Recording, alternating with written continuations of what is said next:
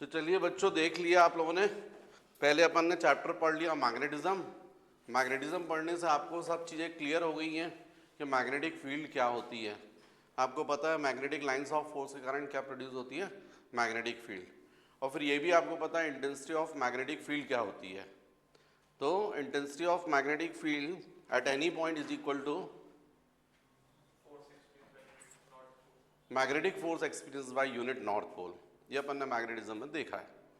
अब अपन यहाँ पे जब magnetic effect of current chapter start कर रहे हैं तो डेफिनेटली सबसे पहले अपन को देखना है intensity of magnetic field at any point due to small element of current carrying conductor.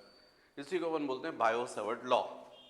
Actually में प्रैक्टिकली देखा गया है कि यदि किसी वायर से करंट जब फ्लो होता है उसके क्लोज यदि मैग्नेटिक नीडल को रखते हो तो उसमें डिफ्लेक्शन दिखाई देता है। इसका मतलब है कि वायर से यदि करंट फ्लो करते हो उसके अराउंड डेफिनेटली क्या प्रोड्यूस हो रही है, मैग्नेटिक फील्ड। तभी तो मैग्नेटिक नीडल डिफ्लेक्ट कर रही है।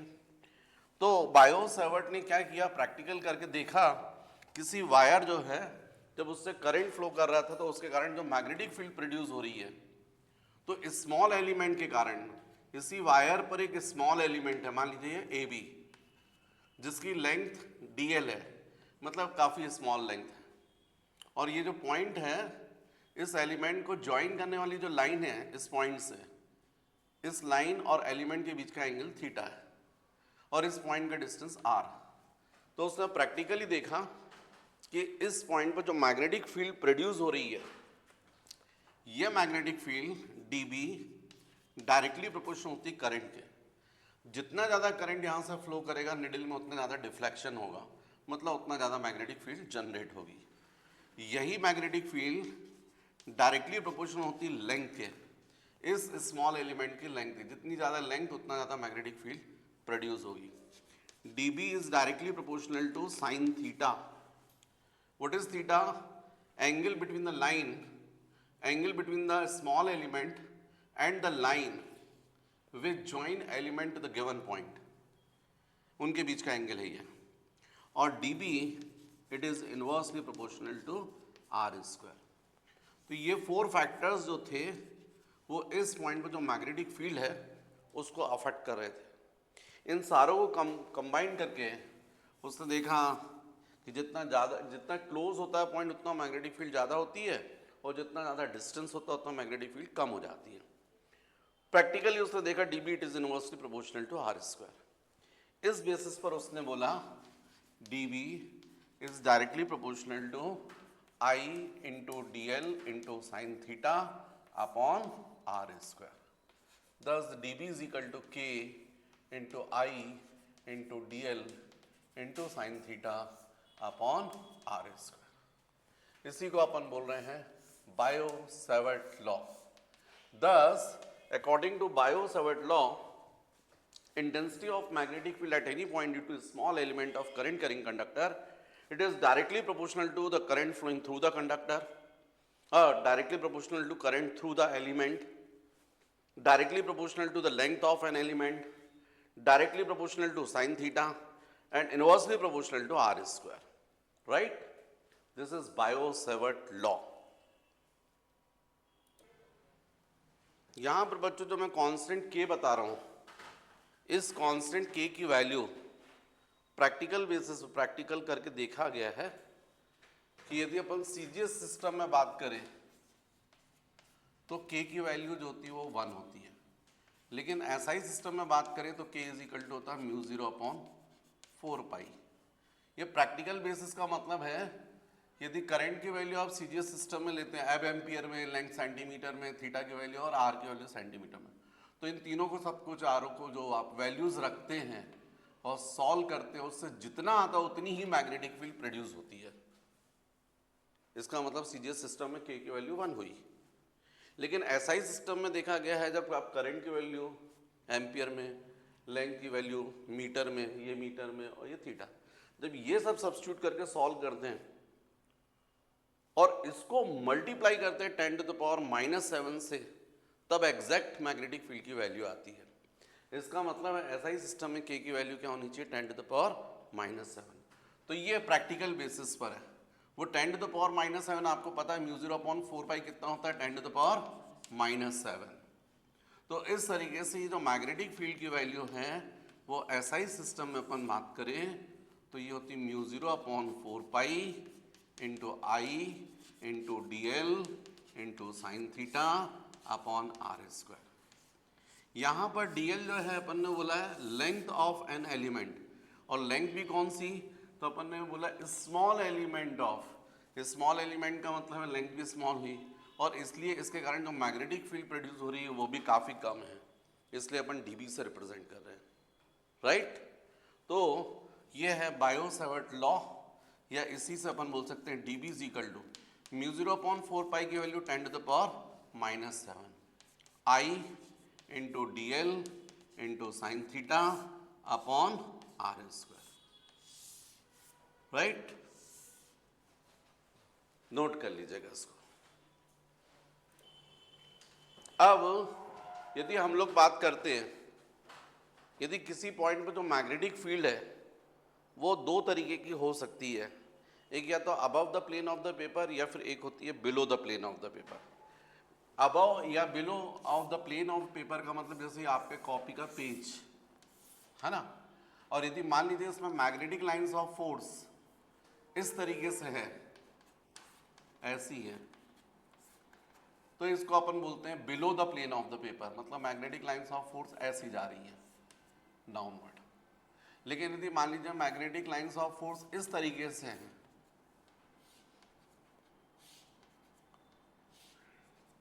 तो इनको बोलते हैं above the plane of the paper, ये आपका पेपर, प्लेन ऑफ पेपर, और यदि इस तरीके से मैग्नेटिक लाइंस ऑफ फोर्स हैं अपवर्ड जा रही हैं तो इसको बोलेंगे above the plane of the paper, downward जा रही तो इसको बोलते हैं below the plane of paper.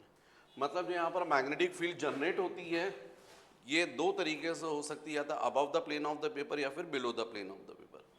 यदि above the plane of the paper होती है तो हम लोग इसको डॉट से रिप्रेजेंट करते हैं, लेकिन यदि ऐसी है मैग्नेटिक फील्ड तो हम इसको क्रॉस से बताते हैं। मतलब जो मैग्नेटिक फील्ड है उसको डायरेक्शन, उसके डायरेक्शन को इंडिकेट करने के ये तरीके हैं डॉट और क्रॉस। यदि आपने किसी कॉपी के पेज पर, अभी आप जैसे मान लीजिए आगे पढ़ेंगे और आपने अपने कॉपी के पेज पर इस तरीके से मैग्नेटिक फील्ड बताई हुई है, तो इससे ये समझ में आ रहा है कि जो मान लीजिए कोई चार्ज पार्टिकल इंटर हो रहा है, ऐसा बना दिया डायग्राम, तो इसमें ये समझ में आ रहा है कि मैग्नेटिक फील्ड तो कैसी है आपके कॉपी के पेज के below the plane of the paper, और उसमें चार्ज पार्टिकल इंटर कर रहा है परपेंडिकुलर। तो क्रॉस जो है वो डिनोट करता है magnetic field below the plane of the paper, और डॉट रिप्रेजेंट करता है magnetic field above the plane of the paper. If magnetic field above the plane of paper, then it is denoted by dot. And if the magnetic field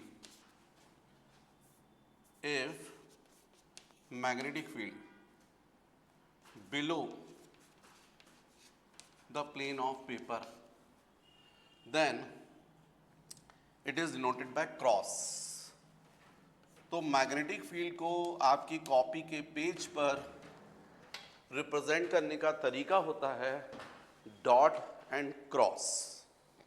अब किसी point पर magnetic field कैसी है, above the plane of the paper है या below the plane of the paper है, ये direction पता करने के लिए रूल्स हैं, वो अपन देखते हैं। बच्चों अब किसी पॉइंट पर magnetic field above the plane of the paper है या below the plane of the paper है, इसको पता करने के लिए डिफरेंट रूल्स हैं। उसमें से फर्स्ट है एम्पियर स्विमिंग रूल, सेकंड है Maxwell's right handed cork screw rule, और थर्ड है राइट हैंड पाम रूल। हालांकि फर्स्ट टू रूल्स जो हैं उनसे मैग्नेटिक फील्ड का डायरेक्शन अपन को पता करने में थोड़ा प्रॉब्लम होता है, बहुत ज़्यादा क्लियर नहीं होता है, पर अपन राइट हैंड पाम रूल से अपन पता करते हैं तो तुरंत अपन को पता चल जाता है कि किसी पॉइंट पर मैग्नेटिक फील्ड कैसी है, above the plane of the paper है या below the plane of the paper है। मैं ग्रेजुअली डिस्कस करता हूँ, पर थोड़ा सा आप लोग लिख भी लीजिए। फर्स्ट एम्पियर स्विमिंग रूल लिखिए, ampere swimming rule. Side heading कर लीजिए, rules for the direction of magnetic field, rules for the direction of magnetic field, rules for the direction of magnetic field.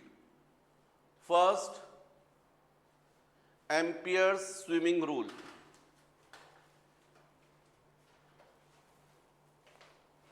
Ampere's swimming rule.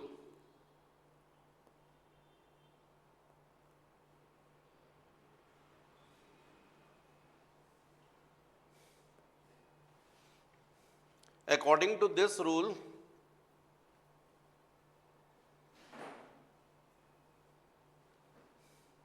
imagine a man swimming.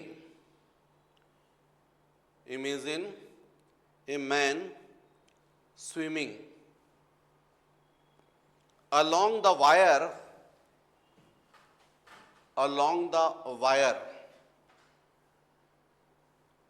in the direction of current,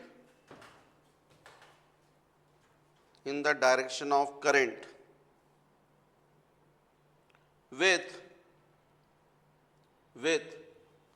his face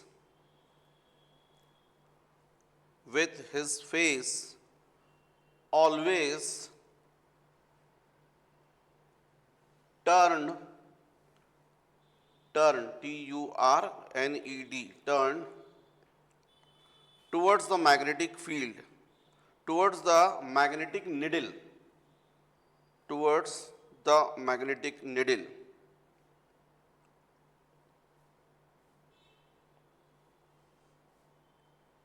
so that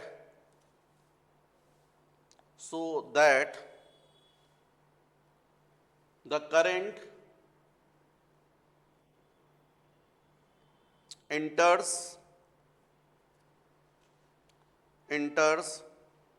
through his feet, F-E-E-T, feet, and leaves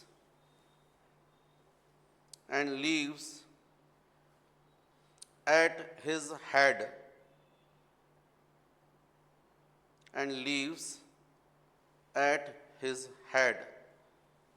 Then the N pole,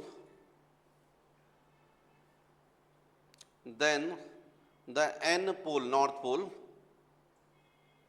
of the magnetic needle will be deflected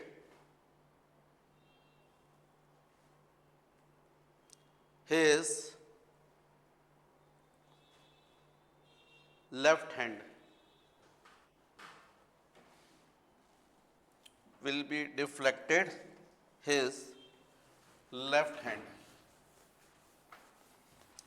ये जो rule है ये ठीक है, चूंकि उनने बताया हुआ है, डायरेक्शन का प्रॉपर डायरेक्शन दे रहा था, इसलिए मान लिया है। लेकिन अपन लोग जब क्वेश्चन सॉल्व करते हैं तो उस वक्त अपन इसकी हेल्प नहीं लेते, क्योंकि इससे अपने को प्रॉब्लम जाती है। पर अभी रूल समझ लीजिएगा, जैसे ये वायर है, इसमें से करंट फ्लो कर रहा है इस डायरेक्शन में। अब आपको किसी मैन को स्विमिंग करते हुए आपको इमेजिन करना है इस तरीके से, राइट? तो इसका जो हेड है ये इस तरफ होना चाहिए टुवर्ड्स वायर, और जो करंट का डायरेक्शन होना चाहिए वो उसके फीट से, यहाँ से इसकी बॉडी से हेड की तरफ जा रहा है।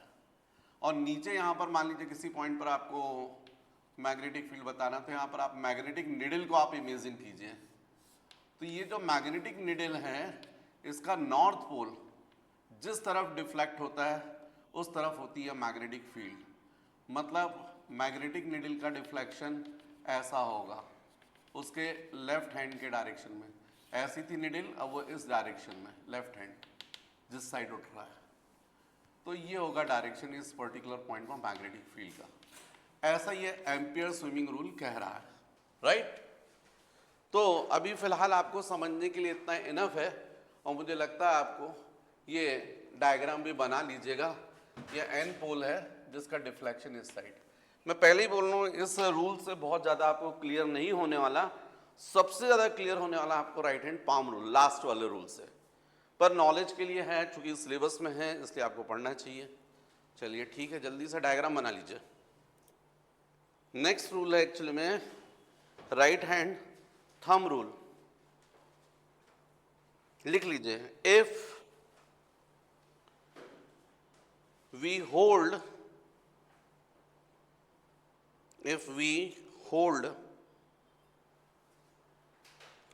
a straight conductor,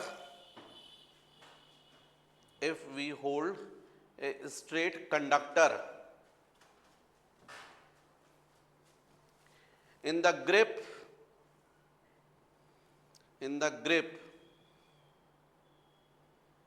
of our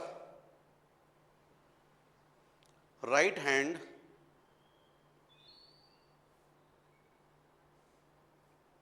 in such a way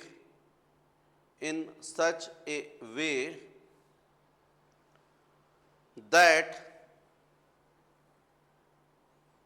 the extended thumb points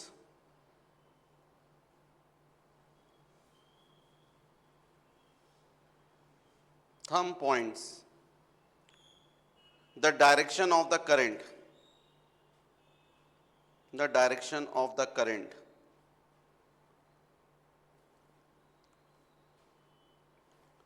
then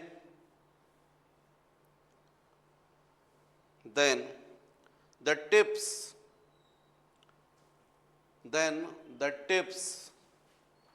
of the curled, C-U-R-L-E-D, curled fingers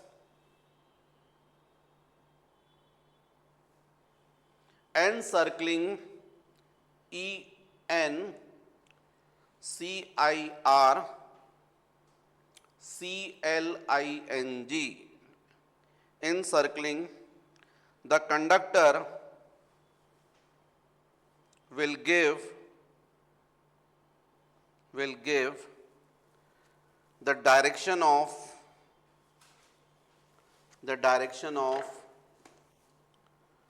magnetic field lines, magnetic field lines।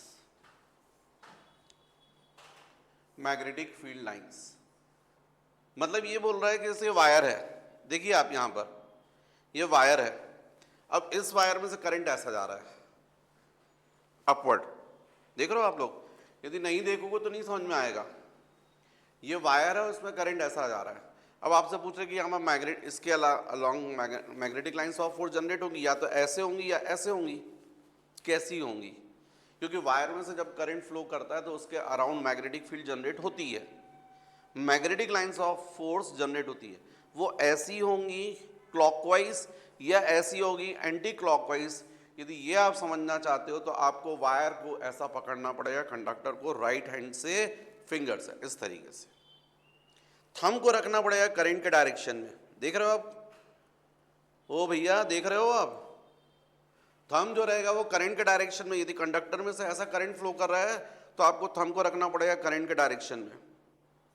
Finger को आप लोग को रखना पड़ेगा इस तरीके से कर्व करके, होल्ड करके। तो ये जो फिंगर्स हैं, कर्ल फिंगर्स, ये बता रही हैं कि जो मैग्नेटिक लाइंस ऑफ फोर्स है वो ऐसी जनरेट होगी। ऐसी का मतलब समझ रहे हो? ऊपर से समझ रहे हो तो ऐसी, एंटी क्लॉकवाइज। क्लियर?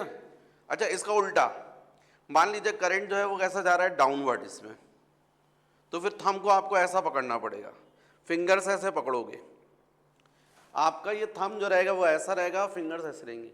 मतलब इसमें आप जो मैग्नेटिक फील्ड जनरेट होगी वो ऐसी जनरेट होगी, क्लॉकवाइज। ऊपर से देखोगे तो क्लॉकवाइज, टॉप व्यू। तो ये भी एक रूल है जिससे एक्चुअली में मैग्नेटिक फील्ड कैसी जनरेट हो रही है अपन पता करते हैं। लेकिन फिर भी ये बहुत अच्छा रूल नहीं है, ना तो एम्पियर स्विमिंग रूल और ना तो ये। सबसे बढ़िया है राइट हैंड पाम रूल, जो मैं आपको समझाता हूँ। लेकिन अभी एक रूल और भी है, वो भी आपको पता होना चाहिए। तो लिखिए third rule, right handed screw rule. Right handed screw rule, bracket में लिख लीजिए Maxwell's cork screw rule. Maxwell cork screw rule.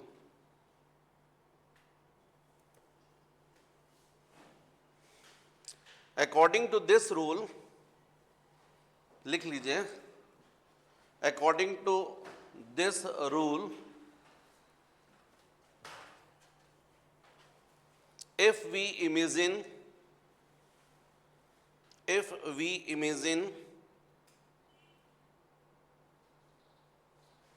a right-handed screw,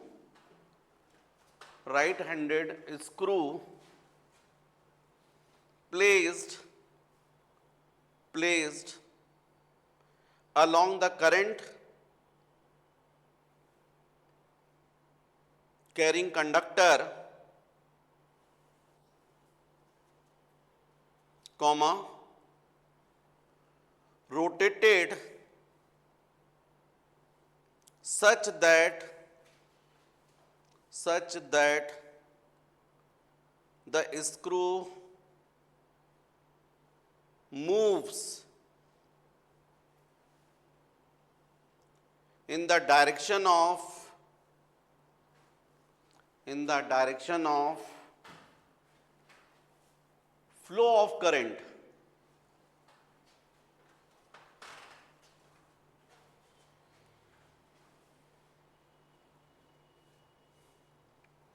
The screw moves in the direction of flow of current. Then the direction of rotation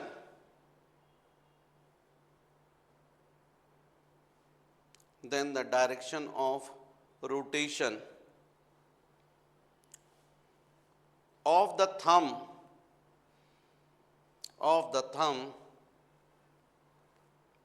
gives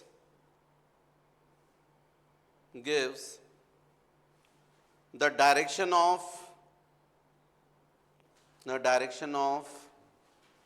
magnetic lines of force. The direction of magnetic lines of force around the conductor.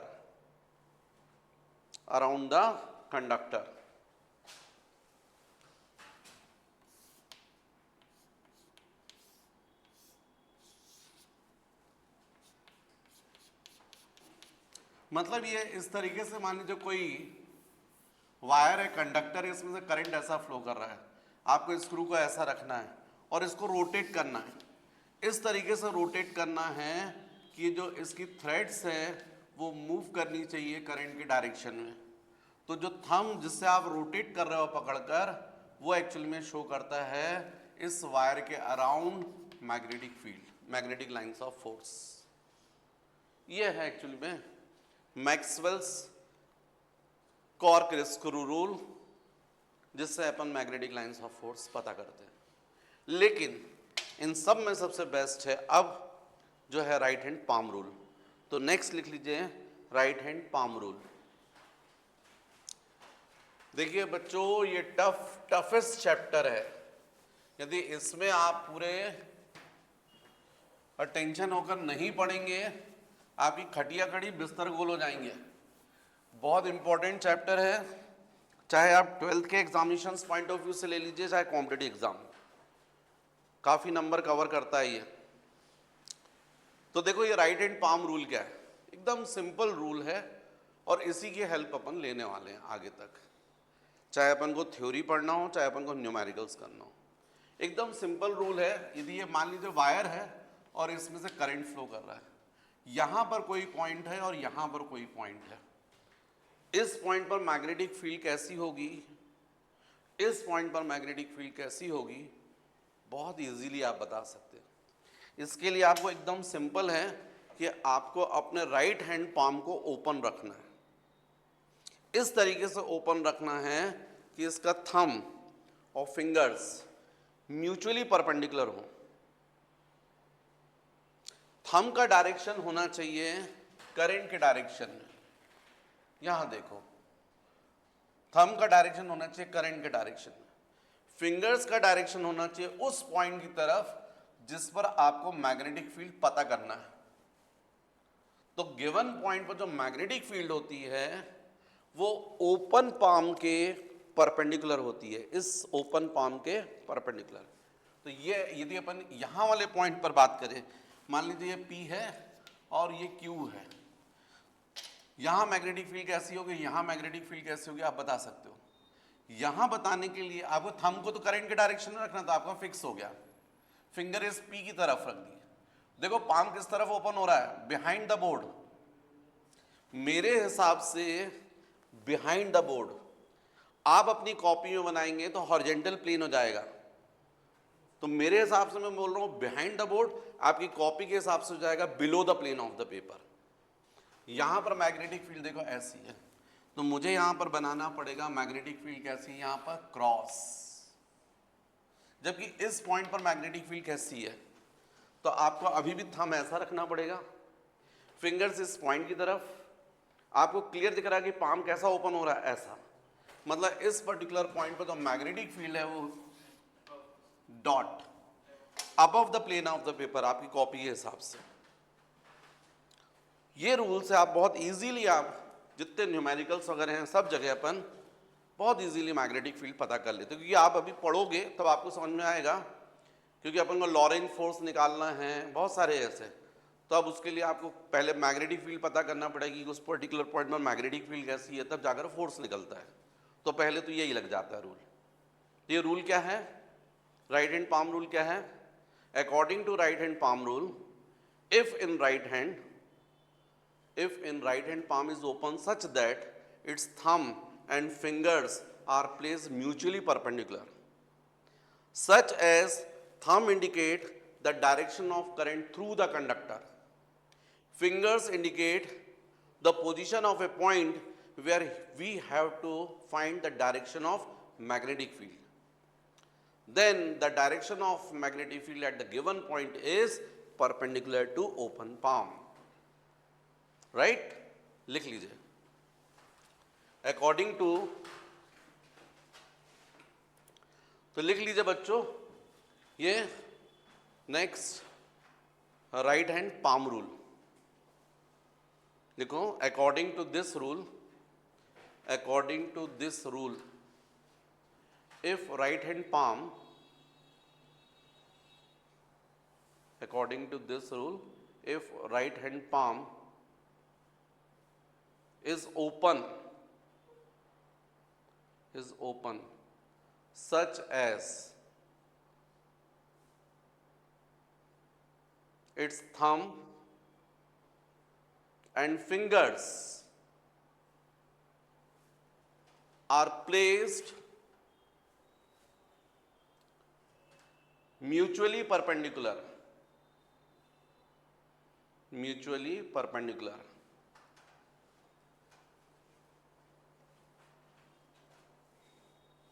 and thumb indicate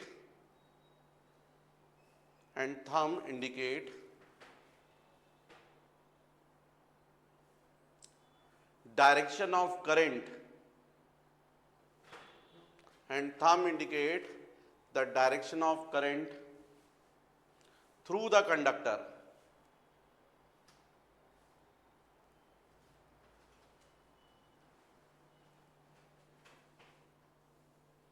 and fingers indicate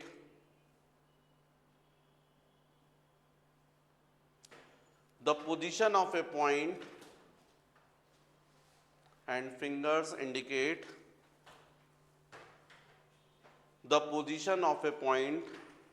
where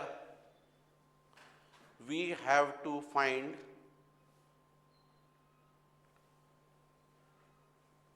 the direction of magnetic field.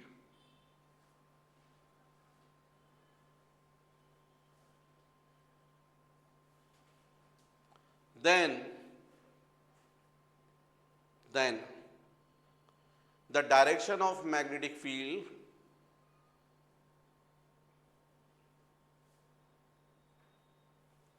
at the given point is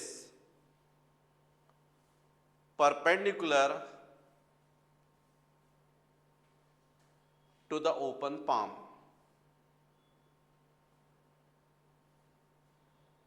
Perpendicular to the open palm, right? क्या बताया हमने right hand rule? According to right hand rule, if right hand palm is open such as its thumb and fingers are placed mutually perpendicular, such as thumb indicate the direction of current through the conductor, fingers indicate the position of a point where we have to find the direction of magnetic field, then the direction of magnetic field at the given point is perpendicular to open palm. यहाँ बताना है तो thumb ऐसे रखोगे, fingers ऐसे रखोगे, इस point पर मैग्नेटिक फील्ड कैसी होगी? ऐसी। ऐसी का मतलब है मेरे बोर्ड के हिसाब से in front of the board, आपकी कॉपी के हिसाब से above the plane of the paper. आप बना के देखिए ना कॉपी पर, ये आपको तुरंत समझ में जाएगा। ऐसा आप ड्रॉ कीजिए, ये अपने आप आपको बात समझ में जाएगी। बना लो।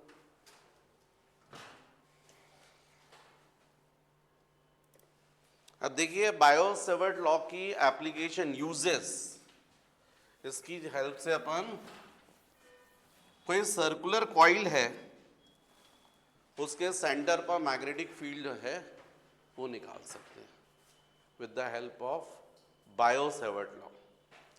तो देखिए जैसे मान लीजिए ये सर्कुलर कॉइल है, मतलब आपकी नेक्स्ट हेडिंग होनी चाहिए intensity of magnetic field eight, actually में ये क्या है? Application of Biot Savart law. Biot-Savart law की हेल्प से अपन निकालना है। तो intensity of magnetic field at centre of circular coil. इस सर्कुलर कॉइल, मान लीजिए जैसे सर्कुलर कॉइल है, उसमें कितने टर्न्स हैं? n। वायर के कितने टर्न्स हैं? n। कॉइल में एक टर्न रहेगा तो उसको लूप बोलते हैं, लेकिन n टर्न्स रहेंगे तो उसको कॉइल बोलते हैं। और इसमें से मान लीजिए ऐसा करंट जा रहा है, यूं ऐसा एंटर हो रहा है, ऐसा n टर्न में, और फाइनली ये करंट ऐसा निकल रहा है बाहर। अब हमको इसके कारण यहाँ सेंटर पर कितनी मैग्नेटिक फील्ड जनरेट हो रही है वो कैलकुलेट करना है। हालांकि मैग्नेटिज्म में मैंने आपको बताया था डायरेक्ट फॉर्मूला, पर मैंने बोला था ये मैग्नेटिक इफेक्ट ऑफ करंट में मैं उसको डिराइव करवाऊंगा। तो इसमें आप एक स्मॉल एलिमेंट सेलेक्ट कर लीजिए। मान लीजिए आपने ये एलिमेंट सेलेक्ट किया, सब लोग बोर्ड पर ही ध्यान दो, बाद में नोट करना, ये ए बी, और यहां पर ये लेंथ हमने ली है dl, ये लेंथ हमने ली है dl। अब इस कॉइल का रेडियस, यदि ये सेंटर है तो इसको इससे ज्वाइन कर दीजिए। और आप लोग को सर्किल की प्रॉपर्टी तो पता ही है, रेडियस हमेशा सरकमफ्रेंस पर परपेंडिकुलर होती है, मतलब डेफिनेटली ये एंगल कितने का बनेगा? 90 का, और ये होगा रेडियस r। अब यदि मैं पूछूंगा इस स्मॉल एलिमेंट की वजह से यहाँ पर जो मैग्नेटिक फील्ड जनरेट हो रही है वो कितनी होगी, तो आप बता सकते हैं with the help of Biot Savart law. आप बोल सकते हैं magnetic field at O centre due to small element AB, due to small element AB। अब स्मॉल एलिमेंट की वजह से बता रहे हैं तो स्वाभाविक है क्या बताओगे, किसकी हेल्प लोगे? बायो-सेवर्ट लॉ की। तो आप यहां पर मैग्नेटिक फील्ड बोलोगे dB is equal to mu 0/4 pi into I into DL into sine 90 upon R square, जो आपको मैंने बायो-सेवर्ट लॉ बताया है उसके बेसिस पर। क्योंकि करंट कितना जा रहा है कॉइल में से, सपोज I, तो यही करंट एलिमेंट में से जाएगा। एलिमेंट की लेंथ कितनी ली अपन ने? dl, या एंगल कितना बनना? 90, और सेंटर का यहां से डिस्टेंस कितना है? Equal to radius r। तो आप ये बोलोगे तो इसलिए हो जाएगा dB is equal to mu 0/4 into I into DL upon R square. Sine 90 की वैल्यू 1 हो जाएगी। अब मेरा आपसे क्वेश्चन ये है कि ये जो स्मॉल एलिमेंट है इसकी वजह से यहां पर मैग्नेटिक फील्ड का क्या डायरेक्शन होगा। तो डायरेक्शन तो आप राइट हैंड पाम रूल से बोला ना मैंने आपको, तो आप अपने राइट हैंड पाम को ओपन कर दोगे, थंब और फिंगर्स को परपेंडिकुलर, थंब को कैसा रखोगे, करंट के डायरेक्शन में। तो देखिए ये करंट के डायरेक्शन में थंब हो गया। फिंगर को देखिए आप टुवर्ड सेंटर, तो आपको दिख रहा है पाम किस तरफ ओपन हो रहा है, behind the board. Behind the board का मतलब यहां क्या बनेगा, क्रॉस। ये मैंने एक एलिमेंट लिया, यदि आप यहां पर एलिमेंट लेते सेम लेंथ का, इसके कारण भी यहां पर मैग्नेटिक फील्ड सेम ही होती, क्योंकि अभी भी करंट ऐसा है। ये देखिए आप सेंटर पर, यहां के करंट देखिए ऐसा करंट, ये करंट ऐसा जाएगा आगे। यहां पर एलिमेंट है, इसकी वजह से देखिए, तो इसकी वजह से भी आप राइट, ध्यान रखो राइट हैंड पाम बोल रहा हूं, लेफ्ट हैंड नहीं बोला मैंने, आपके डायरेक्शन गलत हो जाएंगे। इसलिए आपको अभी से रटना चालू कर देना है कि कौन से रूल से क्या पता करते हैं। अभी सबसे पहले स्टार्ट हुआ मैग्नेटिक फील्ड, अब इसके आगे लॉरेंट फोर्स आएगा, उसके बाद इंड्यूस करंट आएगा। तो मैग्नेटिक फील्ड का डायरेक्शन पता करने के लिए मैंने आपको रूल्स बताए, एम्पेयर स्विमिंग रूल बताए, क्वेश्चन बनते हैं ऑब्जेक्टिव टाइप क्वेश्चन। तो मैंने आपको मैग्नेटिक फील्ड का डायरेक्शन बताने के लिए, पता करने के लिए बताया एम्पेयर स्विमिंग रूल। सेकंड मैंने बताया आपको Maxwell's cork screw rule, right hand rule, right hand palm rule. हाँ, तो अब इस मैंने इसी को अपन को फॉलो करना है, इसी से निकालेंगे। तो देखो आप यहाँ पर थंब को करंट के डायरेक्शन में रखो, फिंगर को ऐसा रखोगे, देखो अभी भी क्रॉस है। तो इस सर्कुलर कॉइल पर आप कोई भी एलिमेंट देख लीजिए, सबके कारण सेंटर पर मैग्नेटिक फील्ड कैसी जा रही है, क्रॉस क्रॉस क्रॉस क्रॉस, मतलब behind the board, behind the board, behind the magnetic field. और मैग्नेटिक फील्ड वेक्टर है, सारी मैग्नेटिक फील्ड अंदर एक ही डायरेक्शन में, तो सबका क्या करना पड़ेगा आपको, टोटल करने के लिए समेशन। जब सारे वेक्टर्स सेम डायरेक्शन में होंगे तो net vector, resultant vector, resultant force किस डायरेक्शन में होगा, सेम डायरेक्शन में, सबका समीशन कर दोगे, राइट। अच्छा, क्रॉस क्रॉस क्रॉस क्यों आ रहा है, क्योंकि करंट ऐसा फ्लो कर रहा है, ऐसा मतलब क्लॉकवाइज। यदि यही करंट का डायरेक्शन ऐसा होता एंटी क्लॉकवाइज, तो यहीं पर सब डॉट डॉट डॉट बन जाता, टोटल मैग्नेटिक फील्ड ऐसे आ जाती। तो चलिए, आपने एक स्मॉल एलिमेंट के कारण तो निकाल लिया यहां पर, और फिर अब आपको क्लियर हो गया, therefore total magnetic field due to circular coil, circular coil, due to circular coil. तो आपको करना पड़ेगा B is equal to summation of dB। ये सारी मैग्नेटिक फील्ड जो थी एलिमेंट्स की, सबका समेशन, और सबको पता है मैथ्स की लैंग्वेज में तो समेशन को ही तो हम लोग इंटीग्रेशन बोलते हैं। और dB की वैल्यू आप निकाल चुके हो, mu 0/4 into I into DL upon R square. ये है आपके सामने। अब आपको क्लियर है, यहां पर B is equal to mu 0/4 into I upon R square, ये कांस्टेंट है। म्यू 0/4, यहां पर वेरिएबल क्या है, R। कैसे पहचान, सॉरी L कैसे पहचाना, क्योंकि DL लिखा है, बाकी सब कांस्टेंट हुआ। तो इंटीग्रेशन हो जाएगा आपका DL। इंटीग्रेशन DL का मतलब टोटल लेंथ, किसकी लेंथ, इस कॉइल के वायर की। एक वायर का टर्न यदि होता तो उसकी लेंथ कितनी होती, 2πr। दो होते तो कितनी होती, ट्वाइस ऑफ 2πr। 3 होते तो कितना होता, थ्राइस ऑफ 2πr। इसमें कितने टर्न्स हैं, n। इसलिए इंटीग्रेशन ऑफ DL की वैल्यू कितनी होगी, तो डेफिनेटली ये होगी n into of 2πr। Integration DL की वैल्यू। अब b is equal to mu 0 upon 4 pi into, इसको कंबाइंड लिखते हैं 2 pi N I R upon R square. एक आर कैंसिल कर दो, ये आर। कुछ बच्चे मुझसे बोलते जरूर हैं कि सर ये पाई पाई भी तो कैंसिल हो रहा है और 2 से ये 4 कैंसिल हो रहा है। पर बच्चों उसमें नहीं करो, कैंसिल मत करो, आप इसी फॉर्म में सारे मैग्नेट, आपने मैग्नेटिज्म पढ़ा है, फॉर्मूले याद किए हैं, सब म्यू 0 अपॉन 4 पाई के फॉर्म में ही थे। इसको भी उसी फॉर्म में याद करो। क्यों? क्योंकि जब आप न्यूमेरिकल्स करोगे तो आपको डायरेक्ट म्यू 0 अपॉन 4 पाई जो है इसकी वैल्यू डायरेक्ट रख सकते हो 10 टू द पावर -7, तो आपको इजी पड़ेगा। इसलिए आप इसी फॉर्म में फॉर्मूले याद रखो, इसको कैंसिल मत करो। तो ये जाएगा mu 0 upon 4 pi into 2 pi N I upon are.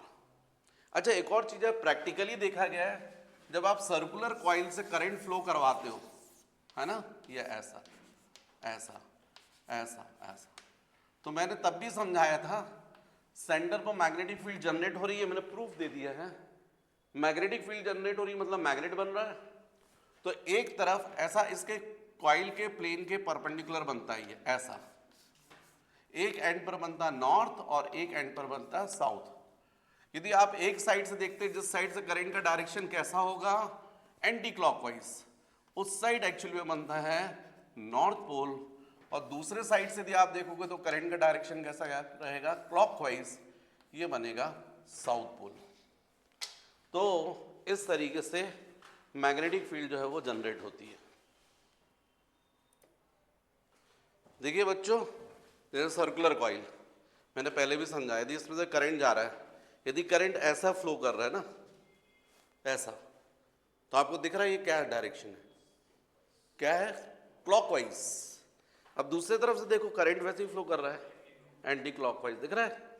तो जिस साइड से आपको करंट का डायरेक्शन दिख रहा है एंटी क्लॉकवाइज, इसमें एक्चुअली में एक इमेजिनरी मैग्नेट बन जाता है इसके सेंटर पर।